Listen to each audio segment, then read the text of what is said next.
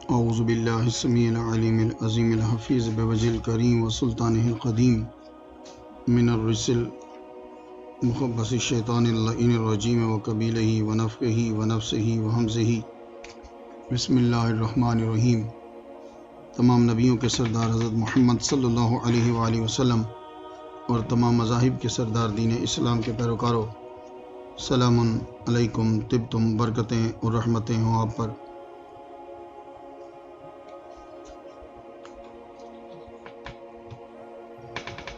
آج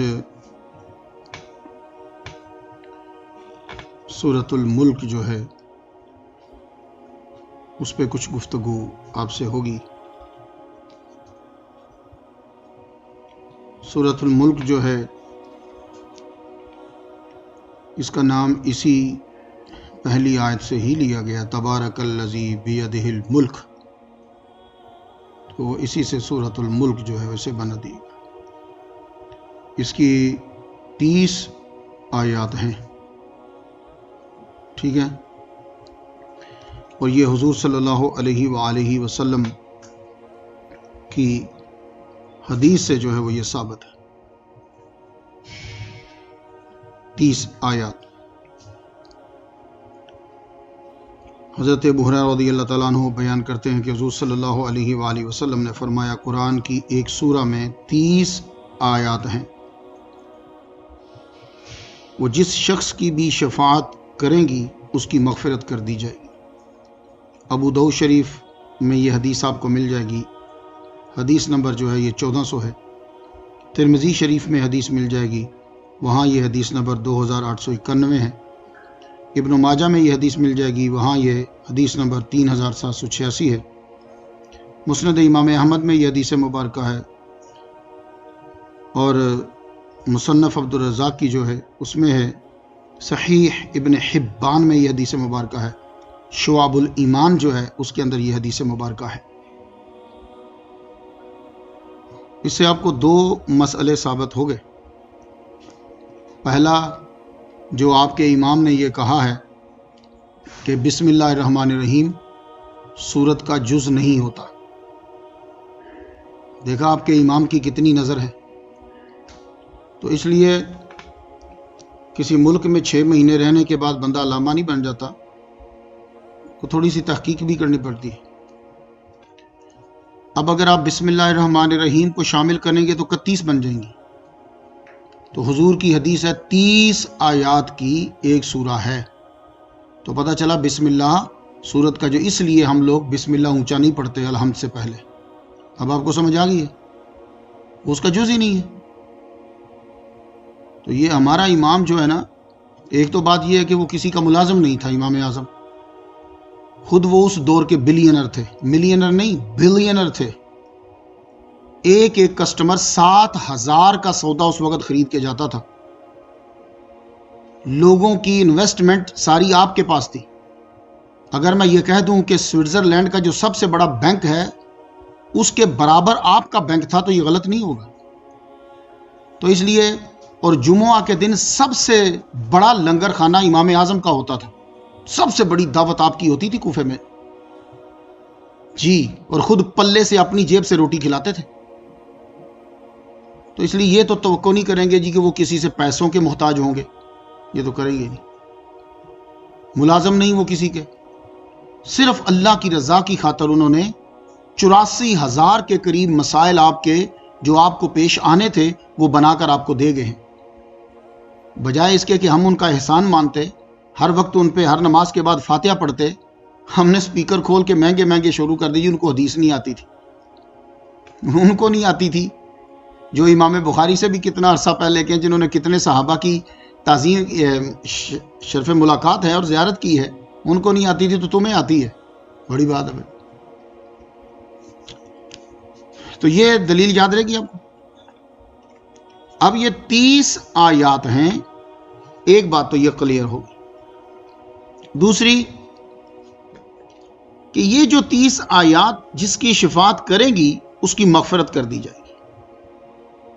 اس لیے میں اکثر تراویح پڑھاتے ہوئے بھی سورہ ملک پڑھ جاتا ہوں، دانستہ پڑھتا ہوں،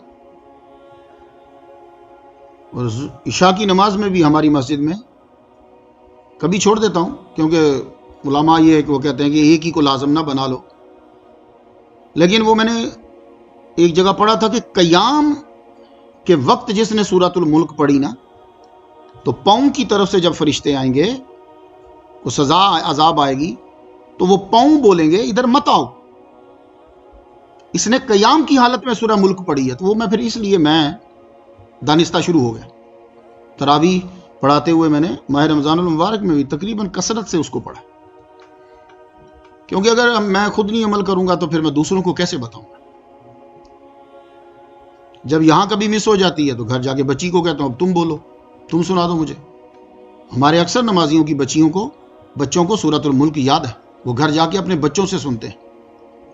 آپ لوگ بھی آج سے شروع کر دیجیے، جب بھی میرے پاس کوئی بچی قرآن پڑھ لیتی ہے میں فوراً اس کو سورہ ملک یاد کرانے پہ لگا دیتا ہوں، اور پھر اسے کہتا ہوں بیٹا آج گھر جا کے سنانا، اور روز سونے سے پہلے سنائیں۔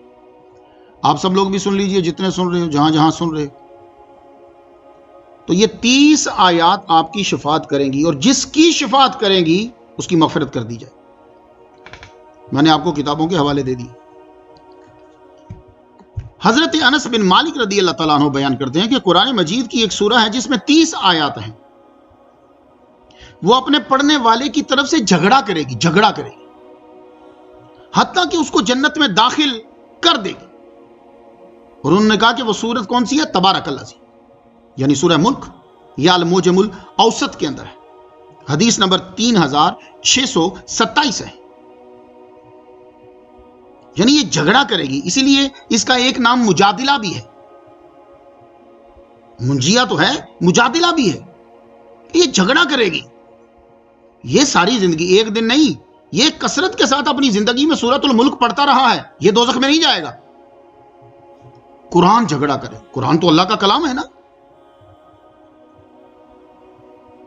تو آخر کس کی مانی جائے؟ جھگڑا جب ہوتا ہے تو کس کی مانی جاتی ہے؟ لڑائی ہوتی ہے، جھگڑا ہوتا ہے، کیس عدالت میں جاتا ہے، تو قرآن مجید جب جھگڑا کرے گا تو قرآن کی مانی جائے گی، کیونکہ وہ اللہ کا کلام ہے۔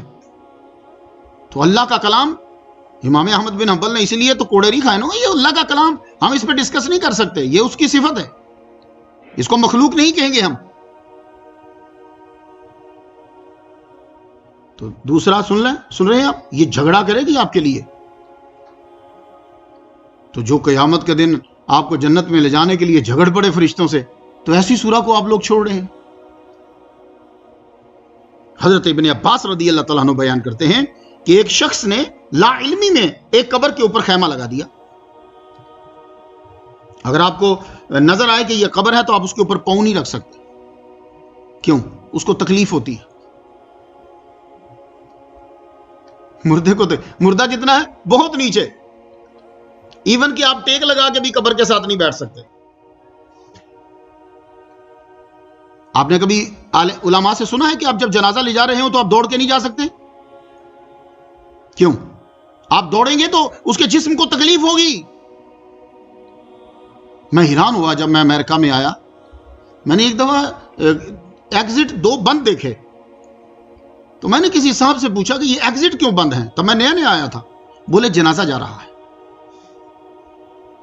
تو پولیس اسپیشل آ کر جدھر سے جنازہ گزرتا تھا وہ ایگزٹ کو آگے بند کر دیتی تھی، یا انٹرنس ہے اسے بند کر دیتی کہ یہ جنازہ جو ہے اس کو کوئی رکاوٹ نہ ہو، بریک نہ لگے، اس کو جھٹکا نہ لگے، سموتھ آہستہ ایک رفتار کے ساتھ، اور اس کے آگے پولیس والے جا رہے ہیں تاکہ اس کو رکنا نہ پڑے، اس کے پرابلم نہیں ہو گئی۔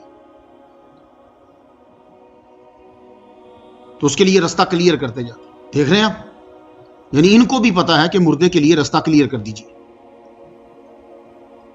لیکن اگر ان کا کوئی منسٹر گزر رہا ہو تو پھر وہ ایک سائیڈ سے گزرتا جاتا، پھر سڑک بلاک نہیں ہوتی۔ تب میں ہیوسٹن میں تھا، جب ان کا صدر جو ہے وہ جا رہا تھا تو صرف رستے سے سائیڈ پہ ہو گیا تھا، وہ 9 سڑکیں تھی، ایک سائیڈ سے وہ سارے جا رہے تھے، ساری سڑکیں بند نہیں کی جیسے ہمارے ہاں کر دیتے۔ لیکن مردہ جب جا رہا ہے تو پھر وہ روکے گا، فیڈر سے جب آپ انٹر ہوتے ہیں تو وہ روک دے گا اس کو۔ کچھ اچھی باتیں بھی ہوتی ہیں جس کی وجہ سے وہ بچتے رہتی ہے قوم. جی ہمارے ہاں وہ اچھی باتیں ساری ختم ہو گئی. تو وہ قبر کے اوپر خیمہ لگا دیا, انہیں معلوم نہیں تھا. خیمہ جب لگایا اندر سے تبارک الذی بیدہ الملک کی آواز آنے لگی. وہ ایک دم سے سائڈ پہ ہو گئے. انہوں نے پوری تبارک الذی سنی. جب تبارک الذی ختم ہو گئی اس کے بعد وہ اٹھ کر حضور صلی اللہ علیہ وسلم کے پاس چلے. کہنے کہ یا رسول اللہ, میں نے اس طرح سنا ہے, قبر سے پوری سورۃ الملک کی جو ہے وہ آواز آئی, میں نے ساری پڑھی. حضور نے کیا آگے سے جواب دیا؟ یہ ترمذی شریف میں جو حدیث ہے اس کے اندر یہ ہے, حدیث نمبر 2890 ہے. حضور صلی اللہ علیہ وسلم نے فرمایا یہ سورت مانعہ ہے, یہ سورت عذاب قبر سے نجات دیتی ہے. آپ نے یہ ترمذی میں یہ ہے کہ عذاب قبر سے نجات دیتی ہے. دیکھ لیں, آپ لوگ زندگی میں سورۃ الملک سنتے رہے, پڑھتے رہے, تو قبر میں جا کے بھی پڑھ رہے ہیں. کیا کہنے آپ کے, اس سے بڑا اور کیا اعزاز ہوگا جناب آپ کے لیے. تو یہ واحد اللہ تعالیٰ کی کتاب ہے. اس لیے میں کہا کرتا ہوں ساری کتابیں زمین کے اوپر پڑھی جاتی ہیں, یہ واحد کتاب ہے جو زمین کے اندر بھی پڑھی جاتی ہے. تو کیا ارادہ ہے پھر؟ بچوں کو یاد کرانا ہے کہ نہیں کرانا؟ کرانا ہے. سورۃ الملک حضور صلی اللہ علیہ وآلہ وسلم کی یہ پسند ہے کہ ہر ایک آدمی سورۃ الملک کو یاد کرے. ہر مومن کے دل میں یہ ہونی چاہیے. حضور کی یہ آرزو کیوں ہے؟ اس لیے کہ جب آپ قبر میں جائیں گے, ہم سب کے گناہ ہیں, میرے بھی پتہ نہیں کتنے گناہ ہوں گے, اللہ نے پردہ ڈالا ہوا ہے. جی اللہ تعالیٰ عزت رکھ رہا ہے, تو ہمارے بھی گناہ ہیں. تو پہلے وہ آئے گا, اگر پاؤں کی طرف سے عذاب آتا ہے تو وہ تو وہاں سے روک دے گا. پھر وہ دوسرا سینے کے قریب سے آئے گا عذاب. یہ ساری سائڈ, یہ پیٹ, سینہ, یہ ایک ہی ہے نا, ادھر سے آئے گا تو ایک دم سے روک دیا جائے گا. مت آؤ, اس شخص کے دل میں سورۃ الملک ہے, میں ہوں اس کے دل میں. سورہ ملک بولے گی میں ہوں اس کے دل میں. اس لیے حضور نے فرمایا کہ میں یہ پسند کرتا ہوں کہ ہر مومن کے دل میں سورۃ الملک ہو, دل میں. مطلب کیا؟ تم اسے یاد کرو تبھی تمہارے دل میں ہوگی. حضرت عبداللہ ابن مسعود رضی اللہ تعالیٰ عنہ سے پھر وہی حدیث کہ سورہ تبارک اپنے پڑھنے والے کی طرف سے جھگڑا کرے گی حتیٰ کہ اس کو جنت میں داخل کر دے گی. معصوم ہے نا, جس بیوی کا بچہ دودھ پیتا بچہ فوت ہو جاتا ہے, یا وہ پیدا ہوا تو کچھ ہی دیر کے بعد فوت ہو گیا, اس نے سانس لیا ہے, 1-2 سانس لیا یا اپنے نام رکھا اس کا, وہ فوت ہو گیا. تو اب بیوی پریشان نہ ہو, کیونکہ وہ جو بچہ اس کا بوجھ اٹھا کے رکھا یا اسے جنا, بڑی تکلیف کی بات ہے. لیکن میرے اللہ نے کیا سنا دیا تمہیں. اب نبی بتا سکتا اللہ کی باتیں, ہم تو نہیں سن سکتے نا. حضور نے فرمایا وہ بچہ جھگڑے گا اللہ سے قیامت کے دن, اے اللہ میرے امی ابو کو جنت میں بھیج, میرے امی ابو کو جنت میں بھیج, میرے امی ابو کو جنت میں بھیج, اگر وہ دونوں مسلمان ہیں تو. اللہ فرمائے گا جا اے جھگڑالو بچے, ناڑو کے ساتھ اپنی ماں کو باندھ کے, اپنے باپ کو باندھ کے جنت میں لے جا. اس لیے مسلمانوں, تمہیں تو کوئی بھی تکلیف پہنچے تو بس حد سے باہر نہ ہو جایا کرو. تمہارے لیے لکھ دیا گیا, وہ تکلیف تمہیں کہیں نہ کہیں جا کے اجر دے گی. واہ, اس کا صلہ مل جائے گا تمہیں.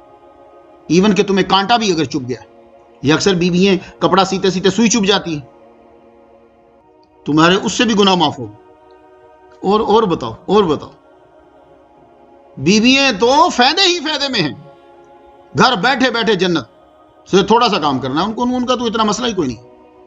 تو مردوں کے لیے مشکل ہے, یہ ذرا جنت میں گھس کے دکھائیں, ان کے لیے بڑا کام ہے. تو تبارک الذی جو ہے وہ پڑھنی پرانے,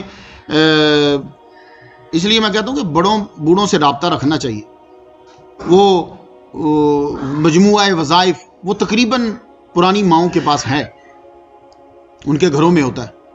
وہ درود تھے, اس میں وہ پڑھتی تھیں, سورہ ملک وہ پڑھتی تھیں, یاسین وہ پڑھ کے دعا مانگ کے اس کے بعد اگلا دن ان کا شروع ہوتا تھا. یہ ساری چیزیں ان کے پاس تھی.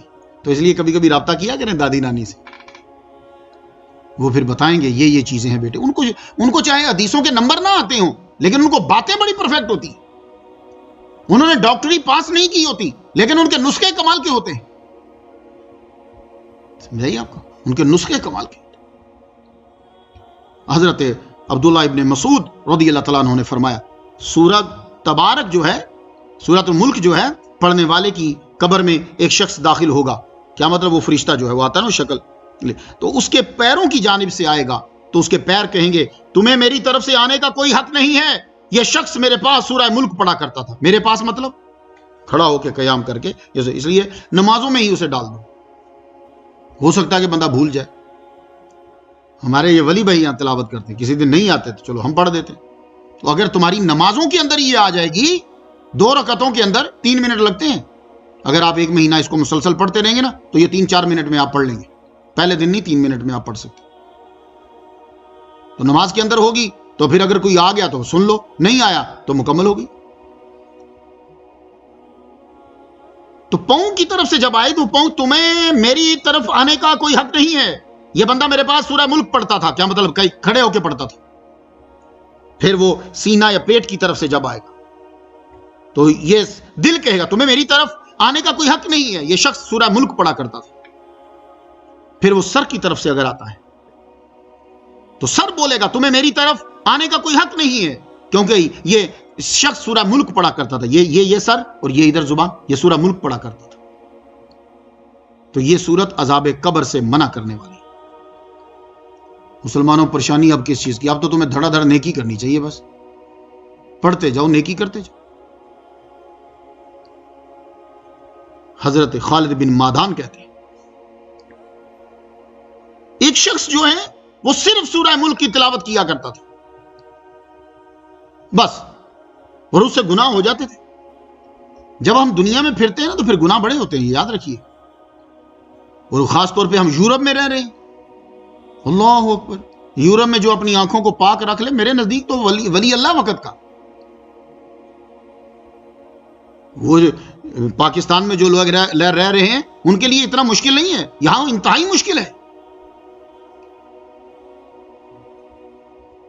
کھانا کھانے میں کتنی مرتبہ سوچنا پڑتا ہے. وہاں تو آپ کا جہاں دل چاہے آپ بیٹھ کے کھانا شروع کر دیتے ہو, ہمیں پہلے پوچھنا پڑتا ہے. بعض اوقات تو ہمیں ایپ کھولنی پڑتی, بعض اوقات کال کرنی پڑتی, جناب یہاں بیٹھ کے روٹی کھا لیں.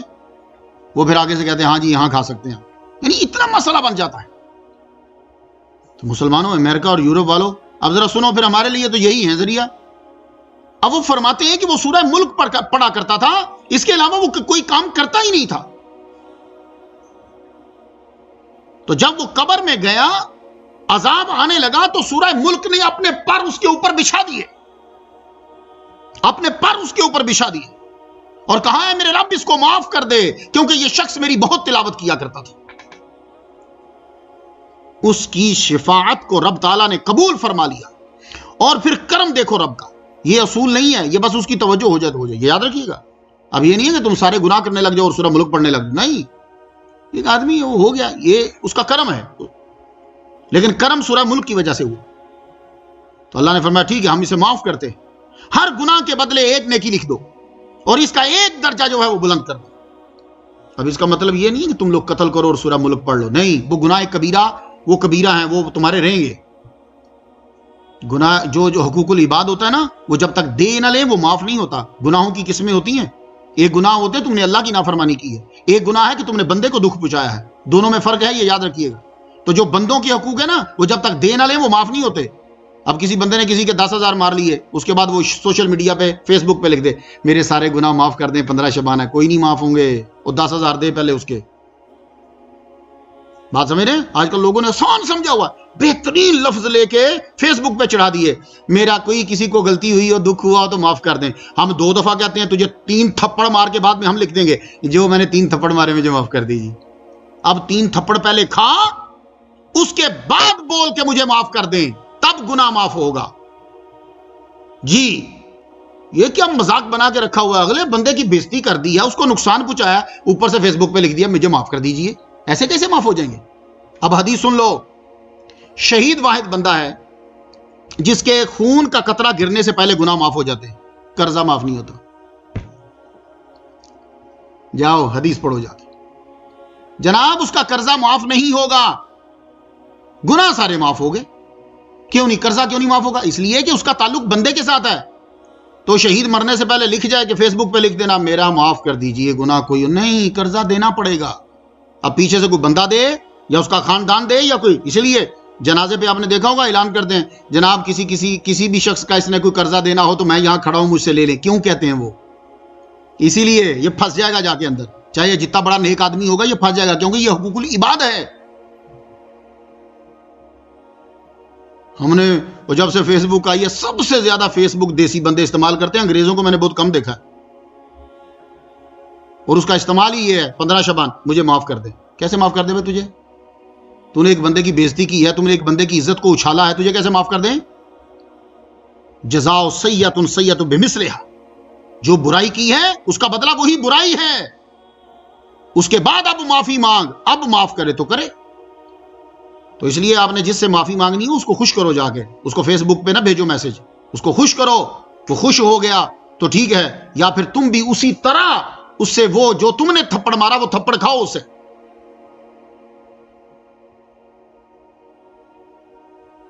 حضور صلی اللہ علیہ وآلہ وسلم کے پاس ایک صحابی آئے، عرض کرنے لگے یا رسول اللہ میں بکریاں، یہ لونڈی میں نے رکھی نوکر، تو یہ بکریاں چراتی تھی، تو میں آیا ہوں تو میں نے پوچھا بکری کی طرح، ایک بکری کم تھی، تو اس نے کہا کہ وہ بھیڑیا کھا گیا. مجھے غصہ آیا، یا رسول اللہ میں آخر نوکری ہوں، میں بھی انسان ہوں، میں نے اس کے منہ پہ تھپڑ مار دیا، تو یا رسول اللہ میں اب اس کو آزاد کرتا ہوں. یہ ہے معافی، یہ ہے معافی. تو میں اس کو آزاد کرتا ہوں، میرا گناہ معاف ہو جائے. تو آپ نے لونڈی کو بلایا، تم اللہ پر ایمان لاتی ہو؟ ساری کائنات کس نے بنائی؟ خالق اللہ تعالیٰ نے بنائی. تم جانتی ہو میں کون ہوں؟ ہاں آپ اللہ کے رسول ہیں. آپ نے فرمایا اس کو آزاد کر دیا. اب سمجھ آئی کہ تھپڑ لگایا تو سینکڑوں دینار کی وہ لونڈی اسے آزاد کر دی. اب سمجھ آئی توبہ کی اور معافی کی. تو مسلمانوں میں اصول جو ہے وہ یہی ہے، آپ کو حقوق العباد جو ہے وہ ادا کرنے ہیں، یہ یاد رکھیے. تو اکثر ہوتا ہے کہ ہم لوگ نہیں مل پاتے. یہ حضرت شبلی کا نام سننا ہوگا آپ نے، جنید بغدادی کے مرید ہیں، بڑے مشہور ہوئے شیخ شبلی رحمۃ اللہ علیہ. یہ جب آپ کے پاس آئے تھے تو معلوم ہے آپ نے کیا کہا تھا؟ پہلے تو آپ سلام ہی نہیں لیتے تھے، کیونکہ یہ گورنر رہے ہیں نا، تو امیر آدمی جو ہوتا ہے اس میں آکڑ بڑی ہوتی ہے. جو گورنر رہا اس کی آکڑ کو پہلے توڑنا ہوتا ہے. یہ تصوف میں یہ ہوتا ہے، اس کی آکڑ. تو وہ پیر دیکھ لیتا ہے اس میں کتنی آکڑ ہے، جا کے لوگوں سے روٹیاں مانگ. در در پہ جا کے جب روٹی مانگے گا تو اندر سے نفس مرے گا کہ میں گورنر تھا. جب روٹیاں مانگی، کسی نے گالی دی، کسی نے کچھ کہا، کسی نے کہا چلو دفع ہو، تو نفس ٹوٹا. فرمانے لگے جا آپ جا، جہاں تو گورنر رہا ہے ہر ایک گھر میں جا کے معافی مانگ. ہر ایک کے گھر میں جا کے معافی مانگ. ایک فیملی وہاں سے جا چکی تھی، اس فیملی کو ڈھونڈنے میں کئی مہینے لگ گئے، پھر پتا چلا وہ فلاں جگہ پہ فیملی ہے، وہاں جا کے معافی مانگی ان سے. مسلمانوں نے سوشل میڈیا پہ سمجھا، فیس بک پہ سمجھتے اللہ بیٹھا ہوا، اللہ کے سامنے پیش کر دیا. مسلمانوں اس بندے کے پاس جاؤ، اس کی اتنی خدمت کرو، ایسا اس کو گفٹ دو کہ وہ خوش ہو جائے، اس کے دل سے نکلے جا میں نے تجھے معاف کیا. ایسا کرنا، یہ نہیں کہ بیٹھ کے معافی مانگتی رہنے.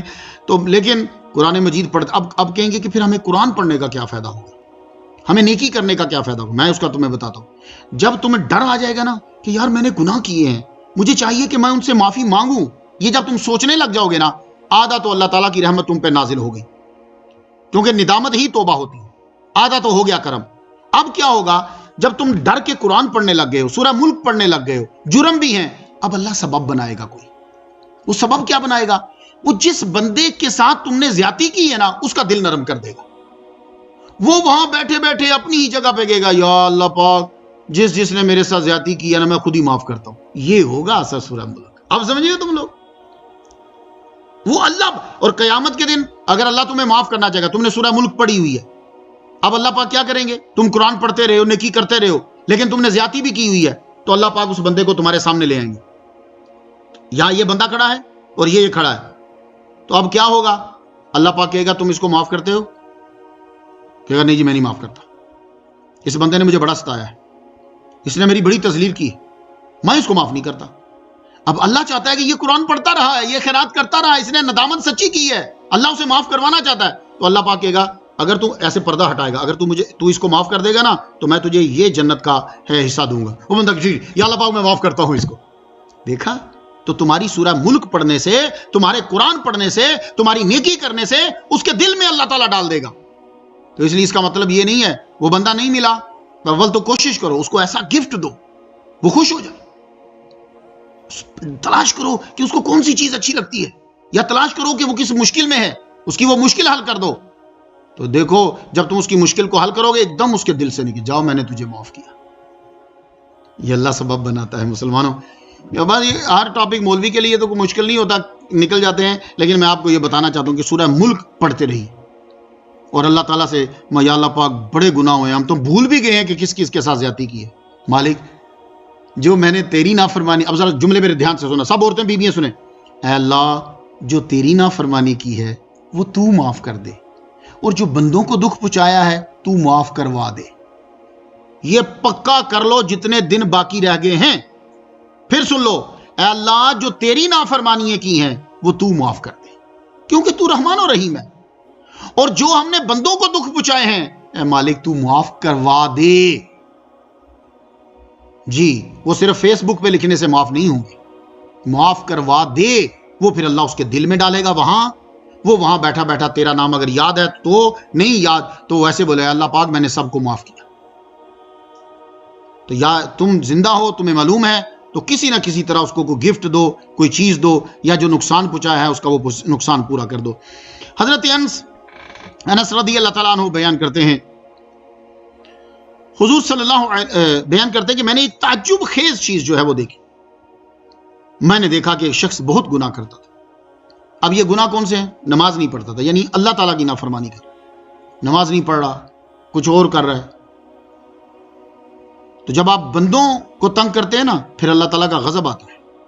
جی اس لیے یتیموں, بندوں, یہ گناہوں کی بھی کیٹیگوریز ہوتی. تو وہ فوت ہو گیا. جب قبر میں عذاب اس کے پیروں کی طرف سے آتا تو اس کے سر کی طرف سے آتا, تو پرندوں کی ایک قطار کی شکل میں ایک صورت اس کے عذاب کو دور کرنے کے لیے جھگڑا کرتی. دیکھ رہے ہیں, یہ ہو سکتا ہے کہ یہ ان کا کشف ہو. پیروں کی طرف سے آتا یا سر کی طرف سے آتا, تو پرندوں کی ایک قطار کی شکل میں, پرندوں کی قطار کی شکل میں ایک صورت اس کے عذاب کو دور کرنے کے لیے جھگڑا کرتی اور کہتی یہ شخص میری تلاوت کیا کرتا تھا, اور مجھ سے میرے رب نے وعدہ کیا ہے جو شخص دائماً میری تلاوت کرے گا میں اس کو عذاب نہیں دوں گا. اللہ پاک نے سورہ ملک سے وعدہ کیا ہے. یہ حضرت انس کہہ رہے ہیں, یہ در منصور میں ہے, جلد اس کی 8ویں ہے, صفحہ اس کا 218 ہے, کہ اللہ نے وعدہ کیا ہے جو اس کی تلاوت کرتا ہے میں اسے عذاب نہیں دوں. بس اس شخص سے عذاب جو ہے وہ دور ہو گیا. جب یہ سورہ ملک اتری تو پھر صورتحال کیا تھی؟ نزول کے اعتبار سے اس کا 76واں نمبر ہے. ٹوٹل 114 صورتیں ہیں نا, نزول کے اعتبار سے اس کا 76واں نمبر ہے, یہ یاد رکھیے. ویسے لکھی ہوئی 67ویں نمبر پر ہے. تو جب یہ صورت آ گئی تو اب جتنے مسلمان جو مکے سے گئے تھے اور جو مسلمان مدینہ میں رہتے تھے وہ اپنے بچے کو لازمی یاد کرواتے تھے. اس لیے میں اپنے شاگرد میرے بچے ہی ہیں, میری بیٹی ہیں, میرے بیٹے ہیں. وہ یہ جو میں آپ کو درس دے رہا ہوں, میں اس لیے کبھی کبھی آپ کو کہتا ہوں چاہے آپ کی عمر مجھ سے بڑی ہے, لیکن جب میں درس دے رہا ہوتا ہوں تب آپ میری بچیاں اور میرے بیٹوں کے برابر ہوتے. مولا علی شیر خدا فرماتے ہیں جس نے مجھے ایک لفظ بتلایا, اسے سکھایا, اس نے مجھے اپنا غلام بنا لیا. تو میں تو آپ کو پتہ نہیں کتنے الفاظ سکھا چکا ہوں. تو یہ بھی جس طرح تم اپنے بچوں کو اچھا بنانا, یہ نہیں کہ مولوی اپنے بیٹی اور بیٹے کو سب کو یاد کروا دے, بلکہ ہوتا ایسا ہے کہ میری بیٹی بعد میں یاد کرتی ہے, جو شاگرد ہیں میرے پاس پڑھنے والے وہ ان سے پہلے یاد کر لیتے ہیں. یہ بھی ہماری بچی ہیں, یہ بھی ہمارے بیٹے ہیں, تب جا کے پھر استاد بنتا ہے. استاد معمولی بات نہیں ہے, یہ بہت بڑا رتبہ ہوتا ہے. تو وہ انصار اور مہاجرین وہ کیا کرتے تھے, وہ سیکھتے پھر سے. وہ کہتے ہیں کہ وہ شخص نقصان زدہ ہے جس نے اس صورت کو نہیں سیکھا. جی تو جس نے سیکھ لیا وہ فائدے میں ہے, اور جس نے نہیں سیکھا وہ نقصان میں. تو جتنے اس وقت سامنے میرے بیٹھے ہیں مقتدی, جنہوں نے ابھی تراویح میرے پیچھے پڑھی, نماز خوش نصیب ہو تم لوگ، ماشاءاللہ یہ تو خود گروپ بنا کر بیٹھتے ہیں اور لازمی یہ پڑھتے ہیں، یہاں میں سو جائے تو گھروں میں جا کے پڑھتے ہیں۔ اب یہ دیکھ لیجئے، آپ کہیں گے جی فضائل بتا رہے ہیں آپ، حضور پاک بھی ایسا کرتے تھے؟ ہاں، سنن دارمی شریف میں ہے، یہ دارمی شریف کتاب کا نام ہے، اس کی حدیث نمبر جو ہے وہ 1412 بنتی ہے۔ حضور صلی اللہ علیہ وآلہ وسلم سوتے ہی نہیں تھے آپ، جب تک آپ الف لام میم تنزیل جو ہے سجدہ اسے اور تبارک الذی سورہ ملک پڑھ نہیں لیتے تھے، آپ سوتے ہی نہیں تھے۔ اب بتاؤ، کوئی بات تو ہوگی ان دونوں صورتوں میں کہ ہمارے نبی محمد مصطفیٰ صلی اللہ علیہ وآلہ وسلم ان کی تلاوت کرتے پھر آگے چلتے۔ کعب بیان کرتے ہیں، یہ بھی سنن دارمی میں، کعب بیان کرتے ہیں جس شخص نے تنزیل السجدہ اور تبارک الذی بیدہ الملک اس کی تلاوت کی، اس کی 70 نیکیاں لکھی جاتی ہیں اور 70 گناہ اس کے معاف کر دیے جاتے ہیں۔ اور کیا چاہیے؟ اب آپ نے رات کو پڑھا، 70 نیکیاں لکھ دی گئی، 70 گناہ جو ہیں وہ معاف ہو گئے، شاید اتنی نیکیاں کی بھی نہیں ہوں گی دن میں۔ مسلمانوں، یہ ماہ رمضان المبارک کا صدقہ جو ہے وہ آپ لوگوں کو سمجھیے گئے ہیرا ہی ایک مل گیا آج۔ تو یہ سورہ ملک جو ہے وہ آپ سب لوگ اسے پختہ کر لیجئے، لو برکت کے لیے تھوڑا سا سن لو، تو پھر اجازت آپ سے چاہتا ہوں میں۔ تبارک الذی بیدہ الملک وہو علی کل شیء قدیر، وہ ذات نہایت بابرکت ہے جس کے ہاتھ میں تمام دنیا کی سلطنت ہے، وہو علی کل شیء قدیر، اور وہ ہر چاہت پر جو ہے وہ قادر ہے۔ الذی خلق الموت والحیات، وہ اللہ تعالیٰ کہ جس نے تخلیق کیا موت کو اور تخلیق کیا حیات کو۔ اس کا مطلب ہے کہ وجود رکھتی ہے موت بھی اور وجود رکھتی ہے زندگی بھی۔ قیامت کے دن دونوں کو، قیامت کو جو ہے اس کو موت کو ذبح کر دیا جائے گا، یہ دونوں لائے جائیں گے شکل میں، ٹھیک ہے، ایک گھوڑے کی شکل میں، ایک مینڈے کی شکل میں، موت کو ذبح کر دیا جائے گا۔ آج کے بعد موت نہیں، ختم۔ تو اس نے تخلیق کیا موت کو، تخلیق کیا زندگی کو، کیوں کیا؟ لِيَبْلُوَكُمْ أَيُّكُمْ أَحْسَنُ عَمَلًا، کہ وہ تمہاری آزمائش کرے کہ تم میں سے اچھے عمل کون کرتا ہے، زیادہ اچھے عمل کون کرتا ہے۔ تو زیادہ عمل نہیں، زیادہ اچھے عمل، اس لیے اچھے عمل میں لگا کرو، زیادہ عمل نہیں ہے، وہ زیادہ عمل تو ہو بھی نہیں سکتے۔ کیسے؟ میری عمر اگر تھوڑی ہے، اگلے کی عمر 100 سال ہے، تو عمل تو زیادہ عمل تو وہ کرے گا، ٹھیک ہے نا؟ تو زیادہ اچھے عمل کون کرتا ہے؟ اچھا عمل کرنا ہے، دیکھ لیے، وہ آپ کی نیت پہ ڈیپینڈ کرے گا۔ آپ کا جتنا خلوص ہوگا اتنا وہ عمل قبول ہو جائے۔ ابراہیم علیہ السلام نے جو مسجد بنائی تھی وہ، اور جو شاہ فیصل نے بنائی ہے وہ، دونوں کو دیکھ لو، وہ باپ بیٹا مل کے بنا رہے، 9 گز بنا دیا، دیواریں بنا دی 4، آپ لوگوں نے کمال کے پتھر لگائے ہیں، کہاں سے آپ نے جو ہے وہ پتھر منگوائے اور چیزیں منگوائیں اس پہ لگائیں، تو ثواب کس میں ہوتا ہے؟ وہ جو ابراہیم علیہ السلام نے بنائی تھی، وہ تمہاری جو ہے نا وہ کوالٹی دیکھتا ہے، کوانٹٹی نہیں دیکھتا۔ تو وہ مسجد اصلی شکل میں اگر ہوتی تو آپ دیکھتے تو حیران رہ جاتے۔ تو اس لیے مسلمانوں یاد رکھو، خلوص بھرو اس کے اندر۔ الذی خلق 7 سماوات طباقا، وہ اللہ تعالیٰ کہ جس نے 7 آسمانوں کو تخلیق کیا ہے ایک دوسرے کے اوپر، طبق سمجھتے ہیں آپ، طباق، ایک دوسرے کے اوپر۔ ما تری فی خلق الرحمن من تفاوت، اے مخاطب تو رحمان کے نظم تخلیق میں کوئی خلل نہیں دیکھے گا۔ اور پھر اللہ تعالیٰ نے فرج البصر ہل تری من فطور، دوبارہ دیکھ۔ کیوں؟ ایک بار آدمی دیکھتا ہے تو نقص نظر نہیں آتا۔ آپ نے وہ کبھی دیکھا ہوگا، وہ پکچر سی آتی ہے تو کہتے ہیں کہ اس کے اندر ڈھونڈیں، خامیاں کیا ہیں ڈھونڈیں، تو آپ کو ایک بار نہیں نظر آتی، آپ اس کو پھر دیکھتے ہو، پھر آپ کو اس کے اندر خامیاں نظر آنے لگ جاتی ہیں۔ یہ بچے اکثر کرتے ہیں، وہ ڈھونڈیں، اس میں خامیاں تلاش کرو، تو وہ پکچر کو بار بار دیکھتے ہیں، 2 ہوتی ہیں تو دیکھنا ہوتا ہے کہ خامی کس میں ہے، کیا ہے، فرق کیا ہے، تو بار بار دیکھتا ہے تو نظر آتی ہے اس کو۔ ایک بار دیکھنے سے نظر نہیں آتی، تو اس لیے اللہ تمہیں چیلنج کر رہا ہے کہ ایک بار نہیں، تو بار بار دیکھ، پھر بھی تجھے ہمارے آسمان میں کوئی خامی نظر نہیں آئے گی۔ کمال ہے یار، قرآن پڑھنے میں ویسے ہی مزہ آتا۔ اب میں سارا ترجمہ تو نہیں کرتا، پروردگار عالم نے یہ وَلَقَدْ زَيَّنَّا السَّمَاءَ الدُّنْيَا بِمَصَابِيحَ، بے شک ہم نے آسمان دنیا کو چراغوں سے مزین کر دیا ہے. چراغوں سے، ستاروں کو چراغ کہا، چراغوں سے مزین کر دیا. وَجَعَلْنَاهَا رُجُومًا لِلشَّيَاطِينِ، ہم نے کیا کیا ہے کہ شیطانوں کو مار بھگانے کا ذریعہ بنا دیا ہے. وَأَعْتَدْنَا لَهُمْ عَذَابَ السَّعِيرِ، اور ان کے لیے دھکتی ہوئی عذاب، دوزخ کا عذاب تیار کیا. اور وہ دوزخ کیسی ہے؟ اللہ پاک سب کو محفوظ فرمائے. اذا القوا فیہا، اس آیت کو میں بڑا غور کرتا رہا کہ مجھے سمجھ آ جائے، میں کسی کو پڑھاؤں. تو میں نے پھر ایک دن، ویلکینو کہتے ہیں شاید اسے، جہاں سے لاوا نکلتا ہے، میں نے پھر اسپیشلی کسی بندے سے کہا کہ اس کی مجھے کلپ چاہیے، اور کلپ بھی وہ ہو کہ جس کی ساؤنڈ ہو، کیونکہ مجھے اس آیت کی سمجھ نہیں آ رہی. اللہ تعالیٰ کسی کو دوزخ میں نہ لے جائے. جب میں نے وہ لاوا نکلتا ہوا اس کا کلپ دیکھا اور اسے سنا تو بعین ہی یہی سچویشن تھی جو یہ اس آیت میں ہے. اذا القوا فیہا سمعوا لہا شہیقا وہی تفور، تو وہ دوزخ کی خوفناک چنگار سنیں گے، وہ جوش میں آ رہی ہوگی. تو آپ بھی جائیے گا اسی آیت کو پڑھنے کے بعد جہاں سے لاوا نکلتا ہے اس کی آواز سنیے گا. تھوڑی آواز آئے گی ایک دم ایسے ہوگا جیسے پیچھے سے جوش اٹھا ہے اور اس میں سے لاوا نکلتا ہے. وہ پوری جگہ ایسے کالی ہو جاتی ہے لیکن لاوا نکلتا رہتا ہے. تو اس کو ضرور دیکھیے گا، پھر آپ کو یہ آوازیں سناتی اس میں سے نظر آئیں. تو مسلمانوں، ماہ رمضان المبارک میں اللہ تعالیٰ نے آپ کو بڑا موقع فراہم کیا ہے. تو جتنا مجھ سے ہو سکا مختصر سے وقت میں نے آپ کی نظر کر دیا. اللہ تعالیٰ جو ہے وہ قبول فرمائے. الحمدللہ رب العالمین. اگر آپ کو ویڈیو پسند آئی ہو تو ہمارے YouTube چینل آمینہ کو شیئر اور سبسکرائب کرنا مت بھولیے گا.